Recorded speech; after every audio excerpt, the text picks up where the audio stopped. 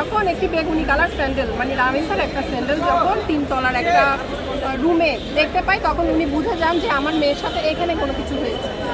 তখন ওই মহিলা দরজা ধাক্কাচ্ছে, আর আসামির যিনি ওয়াইফ উনিও আসামি স্বপ্না, ওনাকে বলেছে বোন দরজাটা খুলে দাও, কিন্তু সে দরজা না খুলে গ্রিল ভেঙে তার স্বামীকে পালাতে সাহায্য করেছে, যেটা PW8 আবু সামাদ নামের একজন স্বীকার করেছেন এবং উনি দেখেছেন, প্রত্যক্ষদর্শী হিসেবে উনি সাক্ষী দিয়েছেন।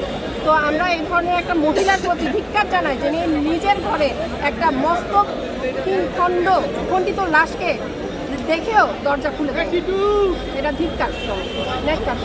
রামেশের একটি আলোচিত ঘটনা, রামেশের মধ্যে এবং আরো অনেক আলোচিত ঘটনা ঘটছে, কিন্তু আমাদের প্রধানমন্ত্রীর নির্দেশে এটার বিচার কার্যকর করা হয়েছে, বাকিগুলো আসলে কেন হচ্ছে না বা হবে, আপনি কি বলবেন? সুস্পষ্ট বৈষম্য, আর কিছু বলার নাই।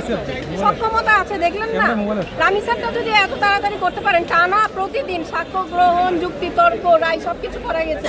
আমার অন্য বাচ্চাদের ক্ষেত্রে ডিএনএ আসতে 7.5 মাস লাগে কেন?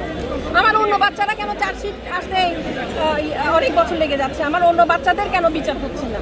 রামিসা যেমন আমার সন্তানের মতো, বাকি যারা ধর্ষণের শিকার, যারা মাদ্রাসায় বা স্কুল কলেজে বা ড্রাইভারের কাছে, গৃহ পরিচালকের কাছে ধর্ষণের শিকার হয়েছে, তারা সবাই আমার সন্তান। আমার বাকি সন্তানদেরগুলো কেন তাড়াতাড়ি নিষ্পত্তি করেন না? এটা তো বৈষম্য করছেন। আজকে আমি বলবো এটা বৈষম্য।